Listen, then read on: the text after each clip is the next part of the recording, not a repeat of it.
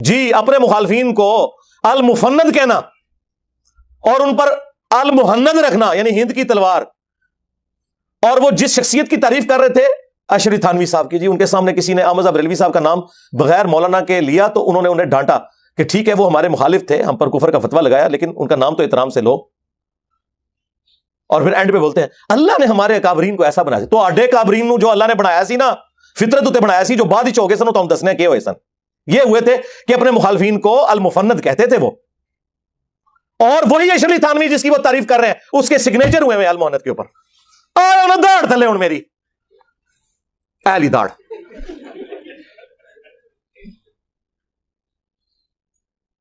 کس کو دھوکہ دے رہے ہو؟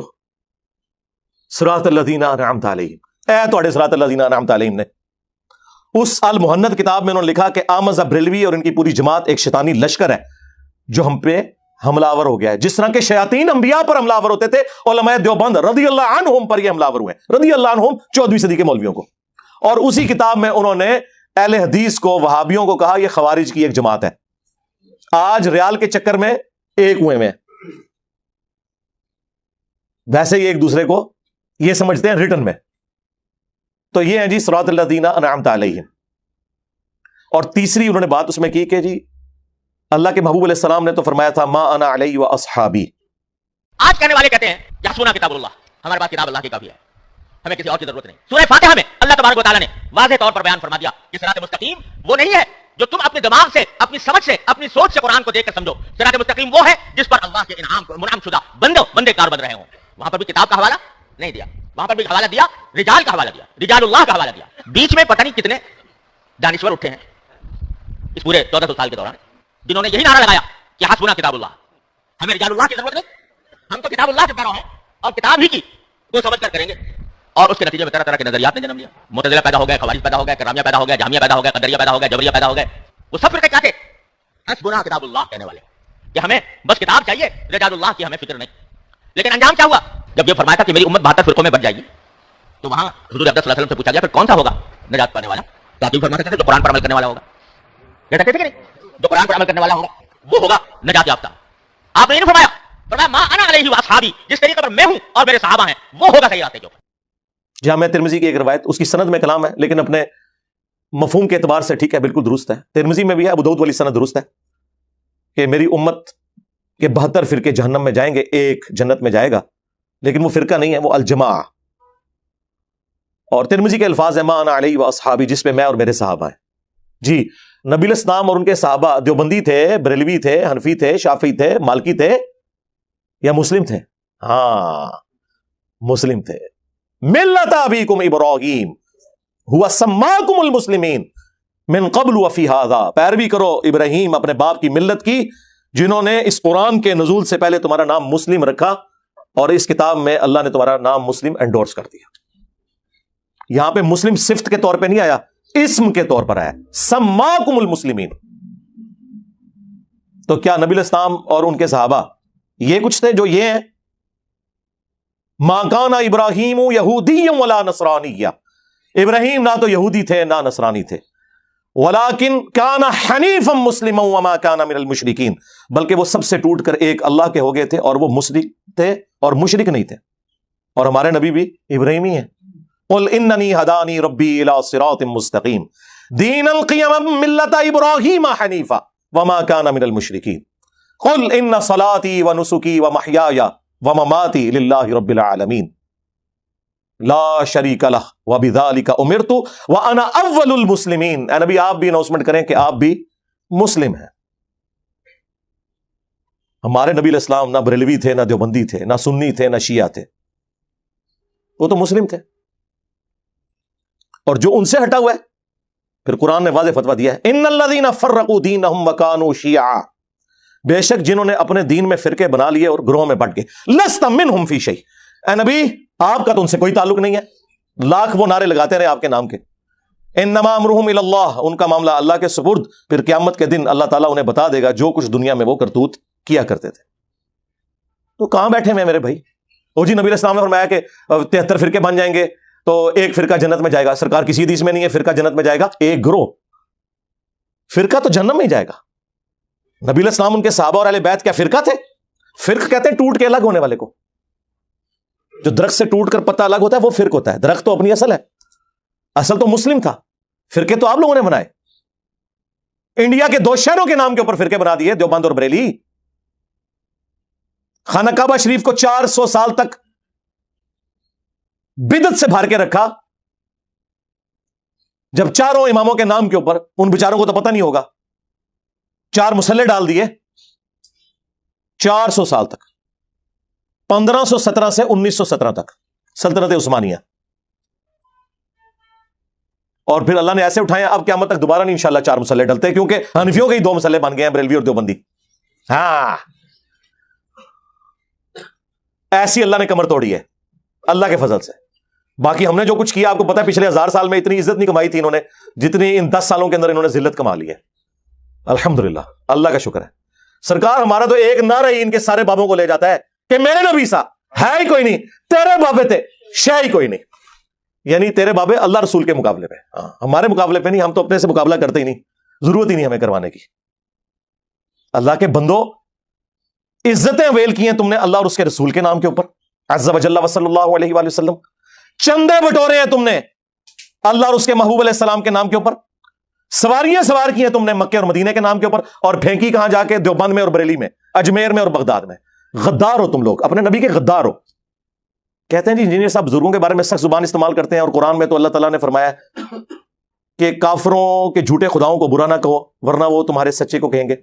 وَلَا تَسُبُّوا الَّذِينَ يَدْعُونَ مِن دُونِ اللَّهِ فَيَسُبُّوا اللَّهَ عَدْوًا بِغَيْرِ عِلْمٍ. جی سرکار یہ آیت آپ ہم پہ فٹ کر رہے ہیں, یہ تو کافروں کی بات ہوئی ہے, غداروں کی نہیں ہوئی. تم کافر بن جاؤ, عزت سے تمہارے ساتھ ڈیل کریں گے. ابھی بھی نام لیتے ہیں اشرف علی تھانوی صاحب, احمد بریلوی صاحب, اس سے بڑا کیا اور ٹائٹل دیں. تم تو دوسرے کے بزرگوں کو مرحوم کہتے ہو, اپنے کو رحمت اللہ علیہ کہتے ہو. تمہاری عیاریاں اور مکاریاں ہمیں نہیں پتا, آپ میں سے نکل کے آیا ہوں میں, مجھے سب کچھ پتا ہے. اپنا تو حال تم لوگوں کا یہ ہے. غداروں کے ساتھ یہ سلوک نہیں ہوگا. ہاں تم آج اعلان کر دو کہ اللہ رسول کے ساتھ ہمارا کوئی تعلق نہیں, ٹھیک ہے. جس طرح ہم ہندوؤں, کرسچنس, جیوز کے بڑوں کے نام ہم احترام سے لے کے علمی اختلاف کرتے ہیں, تم سے بھی کریں گے. اگرچہ میں یہی کر رہا ہوں, میں نے کوئی اسام الارمین یا المحنت کی طرح ایک دوسرے کو اسلام سے باہر نہیں نکالا. چندے تمہیں دیتا ہوں, نمازیں تمہارے پیچھے ہم پڑھتے ہیں. ہمارے کسی اسٹوڈنٹ نے کوئی مسجد نہیں بنائی, کوئی چندہ بک نہیں بنائی, کوئی مدرسہ نہیں کھولا, اپنی جیب سے میں کھلاتا ہوں. ہمارے ساتھ کیا مقابلہ کرو گے تم لوگ؟ اور آ کے لوگوں کو مس گائیڈ کرتے ہو. جی اللہ کے نبی علیہ السلام نے فرمایا تھا 73 فرقے بن جائیں گے. تو ایک جنت, ایک فرقہ نہیں سرکار, ایک جماعت. وہ بخاری مسلم میں حدیث ہے کہ میری امت کا ایک گروہ قیامت تک حق پہ قائم رہے گا, کوئی نقصان پہنچانے والا انہیں نقصان نہیں پہنچا سکے گا, وہ حق پہ قائم رہیں گے.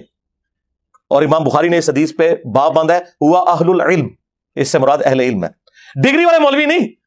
جس ڈگری کی یہ اوقات ہو کہ بریلویوں کا بڑا دیوبندیوں کے نزدیک مشرک ہو, اور دیوبندیوں کا بڑا بریلویوں کے نزدیک گستاخ رسول ہو, اس ڈگری کا ہم نے کیا کرنا ہے؟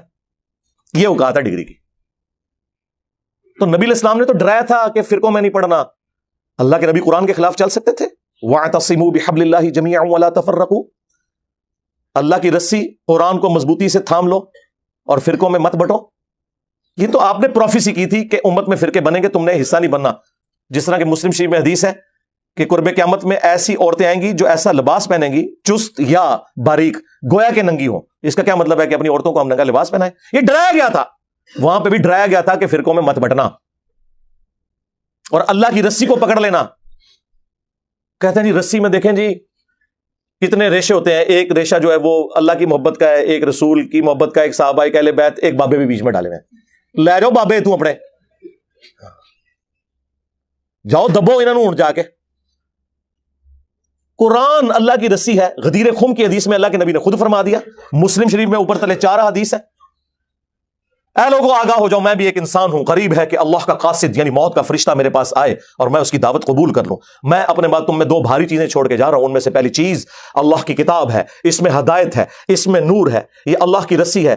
تم اسے پکڑو, اپنا تعلق اس کتاب کے ساتھ مضبوط کرو. جو اسے پکڑے گا ہدایت پر ہوگا, جو چھوڑ دے گا گمراہ ہو جائے گا. اور زید بن ارقم کہتے ہیں پھر حضور کہتے رہے کہ اللہ کی کتاب, اللہ کی کتاب, اللہ کی کتاب. اتنی زیادہ تعریفی کلمات کسی حدیث میں قرآن کے لیے نہیں آئے جو غدیر خم میں آئے. اور پھر فرمایا کہ دوسری بھاری چیز میرے اہل البیت ہیں, میں اپنے اہل البیت کے معاملے میں تمہیں اللہ کا خوف دلاتا ہوں، میں اپنے اہل البیت کے معاملے میں تمہیں اللہ کا خوف دلاتا ہوں، میں اپنے اہل البیت کے معاملے میں تمہیں اللہ کا خوف دلاتا ہوں، یعنی میرے بعد ان کے ساتھ حسن سلوک کرنا۔ لیکن امت بالکل الٹ چلی، نہ قرآن کو پکڑا نہ اہل بیت کو زندہ چھوڑا، بالکل الٹ چلی۔ یہ پلیٹ فارم غدیر خم پہ کھڑا ہے۔ کہتے ہیں جی انجینئر صاحب کدھر کھڑے ہیں؟ سرکار انجینئر صاحب ادھر کھڑے ہیں جدھر اللہ کے نبی علیہ السلام ہمیں کھڑا کر کے گئے تھے غدیر خم پہ۔ کوئی ہماری طرح قرآن کی توحید بیان کر کے بتائے اور کوئی ہماری طرح اہل بیت کا دفاع کر کے بتائے۔ کل حزب بما لدیہم فرحون، ہر فرقے نے ایک ایک چیز پکڑی ہے، وہ اس پہ خوش ہے۔ بریلویوں نے عشق رسول کے نام کے اوپر امت کو اپنے پیچھے لگایا ہوا ہے، دیوبندیوں نے عشق صحابہ کے نام کے اوپر، اہل حدیث نے توحید کے نام کے اوپر، اور شیعہ نے محبت اہل بیت کے نام کے اوپر۔ بس وہ ایک ٹکڑوں میں دین لیا ہوا ہے اور وہ اس کے اوپر خوش ہیں۔ ٹوٹل دین یہاں سے اللہ کے فضل سے بیان ہو رہا ہے۔ لہذا مفتی صاحب کم از کم اپنے اسٹوڈنٹس کو سمجھائیں، مجھے نہ ہاتھ ڈالیں، انجینئر کو نہ چھیڑیں۔ ہاں میں وہ نہیں ہوں کہ میں ڈر جاؤں گا کہ فلانے نے کہتا۔ دیکھیں پاکستان میں جن غنڈے اور بدماش قسم کی تنظیموں کے علماء کا نام بھی کوئی نہیں لیتے نا، میں ان کی منجی ٹھوکتا ہوں کیمرے میں، اور دبکتے ہیں، دوبارہ بولتے نہیں ہیں، انہیں پتہ ہے کہ اس نے چپ نہیں کرنا اور بے عزت کرے گا، چھوڑے گا نہیں، ہمیں یقیناً نہیں چھوڑے گا۔ نہ تم لوگوں نے غداری کی ہے اس دین کے ساتھ، تمہاری موت لکھی ہوئی ہے علمی طور پہ اس پلیٹ فارم کی برکت سے انشاءاللہ تعالی ہو چکی۔ کل تک جن بزرگوں کا نام لوگ احترام سے لیتے تھے آج میمز بن رہی ہیں۔ ہاں لوگ ہنستے ہیں واقعہ سن کے کہ یار یہ کیا باتیں کر رہے ہیں، اور یہ مفتی صاحب ہمیں بتا رہے ہیں کہ جناب حسبنا کتاب اللہ نہ کہو بلکہ رجال اللہ کو پکڑو۔ کیڑے رجال اللہ؟ انفیہ، دیوبندیہ، آیاتیہ، مماتیہ، بریلویہ، کیڑے؟ ہر فرقے کے اپنے۔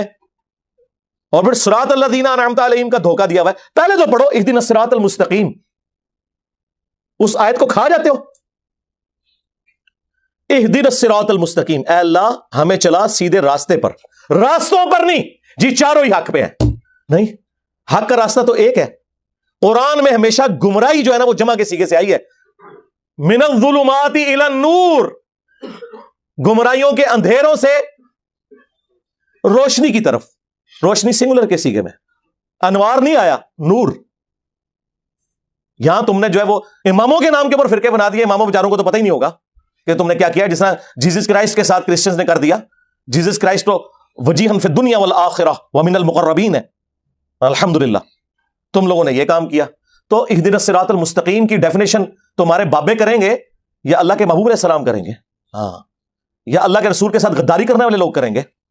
تو آؤ اللہ کے نبی سے پوچھ لو۔ مسند احمد میں حدیث ہے، مشکات میں بھی موجود ہے، سنن دارمی میں بھی موجود ہے، سنن ابن ماجہ میں موجود ہے، کئی حدیث کی کتابوں میں، کہ نبی علیہ السلام نے زمین پہ ایک سیدھی لکیر کھینچی اور اس کے دائیں بائیں ٹیڑھی لکیریں کھینچی، اور پھر سیدھی لکیر پہ یوں انگلی رکھ کے کہا وَأَنَّ هَذَا صِرَاطِي مُسْتَقِيمًا، اور یہ کہ یہ میرا سیدھا راستہ ہے، صراط مستقیم، فَاتَّبِعُوهُ، پس اسی کی پیروی کرو، وَلَا تَتَّبِعُوا السُّبُلَ، اور ارد گرد کے راستوں کی پیروی نہ کرنا، وہ تمہیں اللہ کے راستے سے بہکا دیں گے۔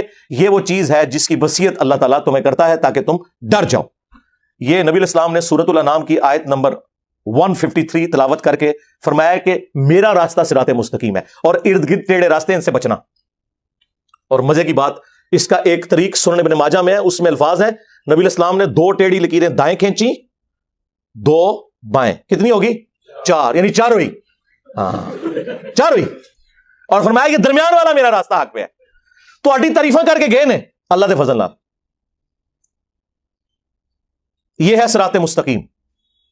تو صراط الذین انعمت علیہم، راستہ ان لوگوں کا جن پر تیرا انعام ہوا، ان لوگوں کے راستے نہیں بلکہ راستہ ان لوگوں کا، یعنی صراط مستقیم اللہ تعالیٰ کسے دیتا ہے؟ نبی کو یا غیر نبی کو؟ نبی کو۔ تو نبی کے جو پیروکار ہوتے ہیں صحابہ اور اہل بیت، وہ ہوتے ہیں انعام یافتہ لوگ، صراط الذین انعمت علیہم، جو سورہ النساء میں آیا، من النبیین والصدیقین والشہداء والصالحین۔ صحابہ اور اہل بیت کیا اپنا کوئی راستہ بنا کے چلتے ہیں یا وہ اپنے نبی کی پیروی کرتے ہیں؟ ہاں، تو پھر صراط مستقیم تو نبی کا راستہ ہوا، ان لوگوں کے ساتھ کیوں جوڑ رہے ہو؟ وہ تو فالوورز ہیں۔ امام تو وہ ہے جس کی قبر مدینے میں ہے، جو ہمارا روحانی باپ ہے۔ کہتے ہیں نہیں انجینئر صاحب کو اپنا ابا ہی نہیں مل رہا۔ سرکار آپ نے اپنا ابا بدل لیا، اور کتنے ابے بنا لیے ہیں، ختم ہی نہیں ہو رہے۔ حنفی، شافعی، مالکی، حنبلی، حنفیوں میں بھی بریلوی،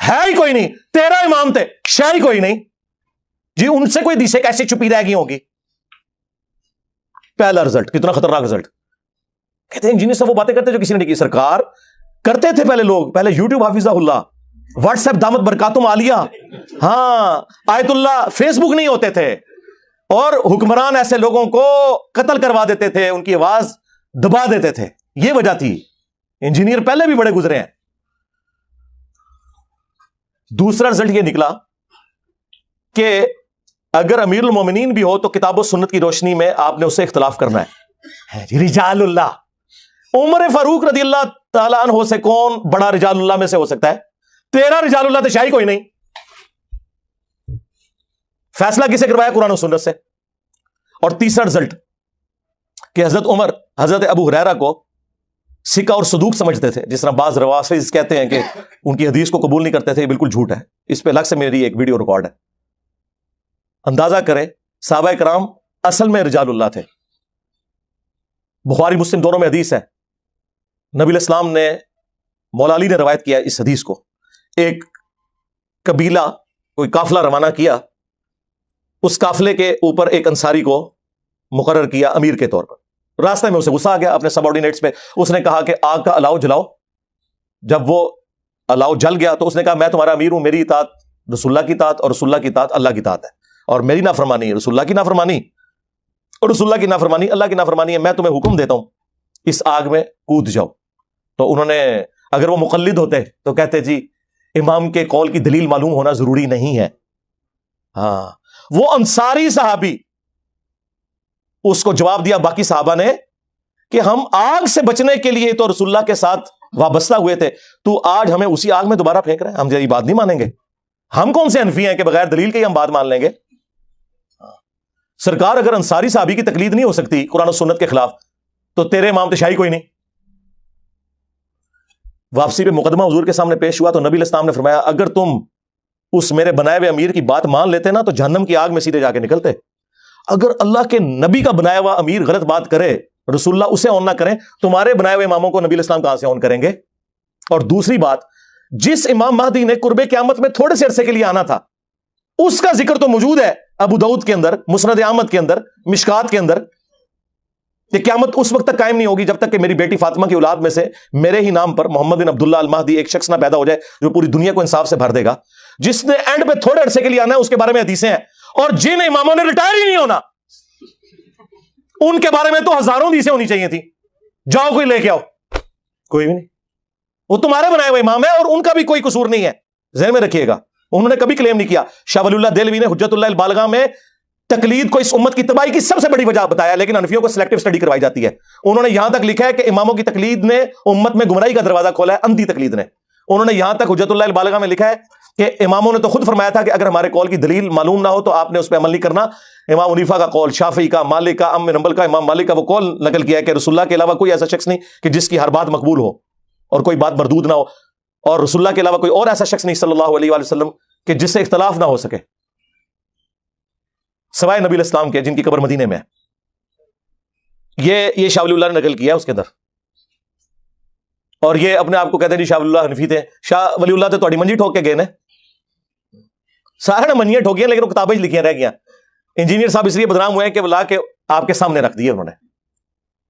تو یہ صحابہ کرام کا ایٹیچیوڈ تھا. اور نبی علیہ السلام نے اس موقع پہ پھر فرمایا کہ اللہ کی نافرمانی میں مخلوق کی اطاعت نہیں ہے, مخلوق کی اطاعت صرف معروف میں ہے, منکر میں نہیں ہے.